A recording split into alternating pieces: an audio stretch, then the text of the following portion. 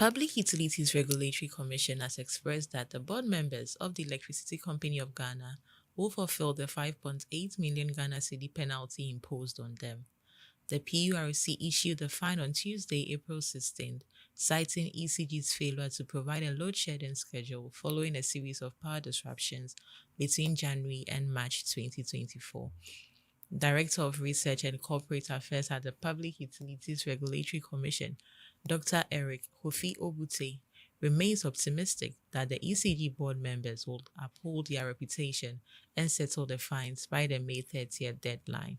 In its report, the PURC revealed discrepancies in ECG's explanation for the recent power outages experienced by consumers, while ECG attributed the interruption to overloaded transformers, totaling 630, and unplanned demand from the Ghana Grid Company.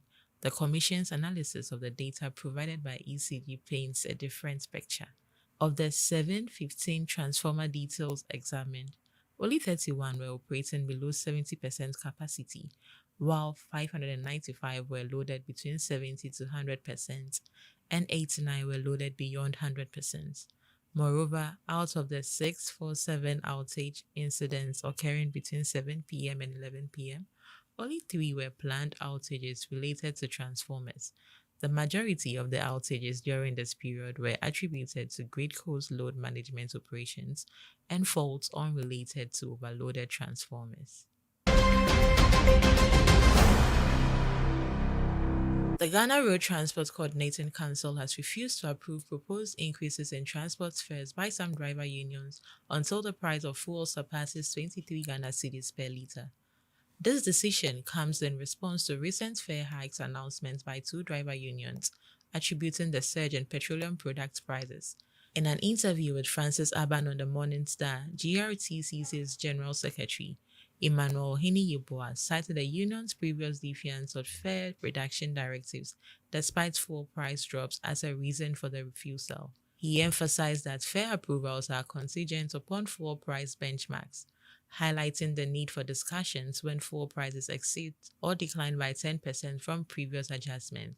Oyiniyeboah argued that recent fuel price increases do not impact operational costs, but rather erode unjustified profit margins. Meanwhile, the GRTCC has thrown its support behind the Transport Ministry's call for the arrest of drivers who increase their fares.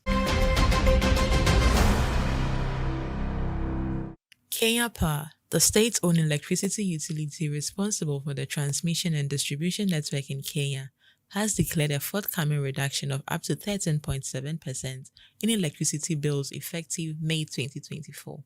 This adjustment follows a notable decline in the cost of fuel utilized for electricity generation and the appreciating value of the Kenyan shilling.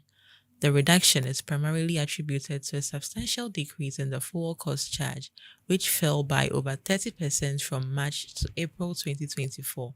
Additionally, the Forex adjustment fee experienced a notable decline of 47% within the same period.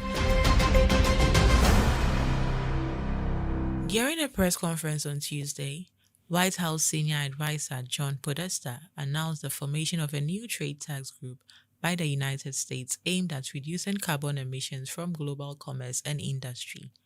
The tax group will focus on addressing carbon leakage, carbon dumping, and emissions from upstream industry and production, as stated by Podesta during an event at Columbia University in New York City.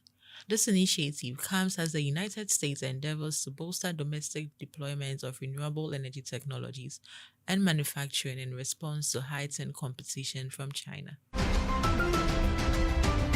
Visit EnergyGhanaMagazine.com for more on these stories. Energy Brief is proudly brought to you by Airport View Hotel. Energy Ghana Team. Local in focus, global in perspective.